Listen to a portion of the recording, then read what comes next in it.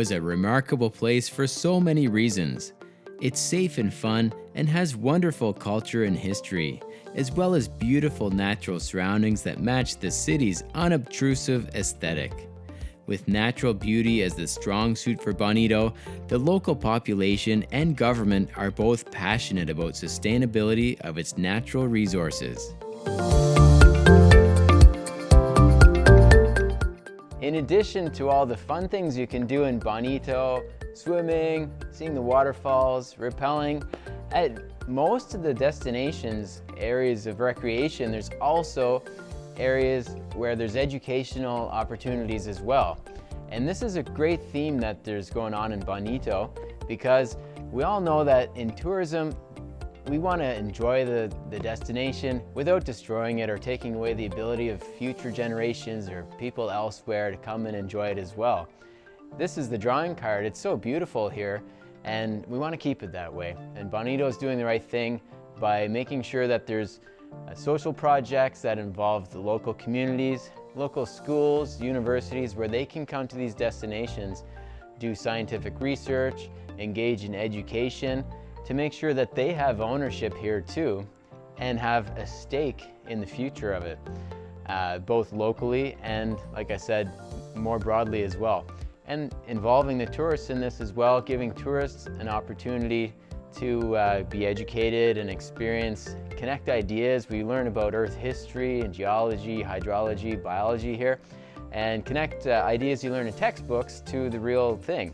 So it's a really cool project, a good way to connect all these things, and so that we can all work together as a network moving into the future and enjoy our world as sustainably as possible.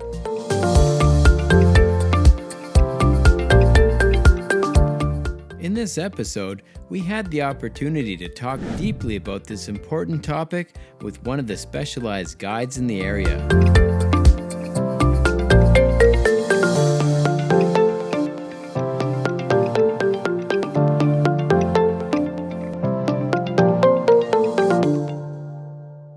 I feel like I kind of overpacked, because once I got here, I realized when you get to the destinations, you're giving people the booties, the aquatic shoes, any equipment that's necessary, the dry suits, wetsuits. So actually, you don't even need to bring that much here, just some light clothes, things that dry quickly, swimming clothes, and there's a chill vibe in around Bonito too. Like when we go out at night, you see people in flip-flops and things like that. So you really do get a sense like you're well taken care of when you come here. You can travel light and tread lightly on the earth too, which is really nice, because the guides here, like yourself, are all invested in the sustainability of this destination, which is amazing. Is that part of the training as well? It's a part of the training. It's also one point at the attraction. Each place that we visit, they used to offer us all equipment required, such as we go to for some snorkeling. You don't have to buy or rent your neoprene suit. You don't have to buy one specific shoes to walk, because we're gonna use maybe once or twice a year. Yeah. So everything is offered, included. You don't have to pay extra for that. Let's make you travel with less thing. Exactly. Because most of the people came from over 1,000 kilometers from big city to reach this place. So this is really a great thing to see in Bonito. It feels like the tourism industry has actually taken on a big role here and responsibility in terms of perpetuating the biodiversity here into the future. This is a really cool thing that you guys are doing here. Congratulations, because this is the future of our world and the travel and tourism industry too. Taking on responsibility to make sure that future generations of people can also experience this beautiful spot in our world.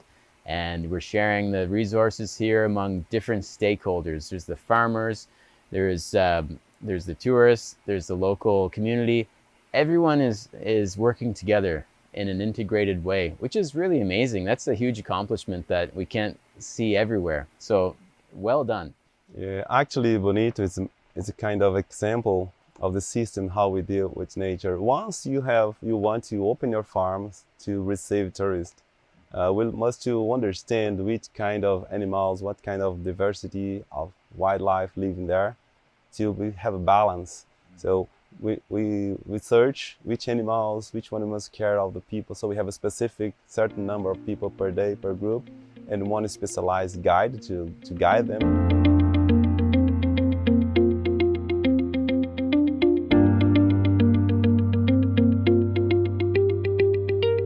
The tour operators in Bonito make it easy for tourists to travel lightly and minimize their ecological footprints while in the area. Hiking traffic is corralled to marked trails, and aquatic environments are protected from chemicals found in sunscreen and lotions that can disturb the reproductive cycles of aquatic life. Tourists also practice floating on the surface of rivers without disturbing epifaunal growth on riverbeds and riverbanks.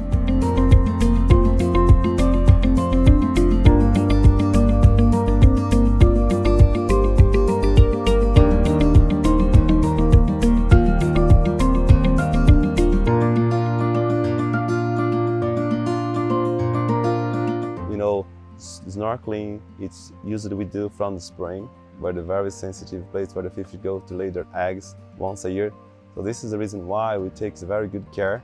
And in advance of this, we do a training to help them. In case the people cannot do, we offer some kind of similar activity in order to don't lose all the tour. There's a certain number of people who can access the sites per day, and therefore we book in advance and with an official guide. We often these sites you can't really just go independently. You have to have a guide. Is that right? Yeah, each place has a certain number of people per day, per group. It's depending if you go in a cave, snorkeling, waterfalls. So the number is different for each attraction because depending of their physical place, your sensibility of the place as well, your fragility. Each one has a different number. So we must book in advance in order to not be busy in the place, and also the tourists have their own time to enjoy as maximum. Yeah, that's really cool. Yeah, I noticed as we were going through many tours that everything was timed very well, so you have a sense that it's completely private and that we're the only people there in the forest because the groups are well spaced and there's great communication between the different guides to make sure that it feels like an exclusive experience. The educational experiences offered in Bonito also contribute to sustainability. Tourists gain appreciations for ecosystem services while on hikes, in caves, and in the water. Local conservation projects and facilities also offer further education about the area's natural history.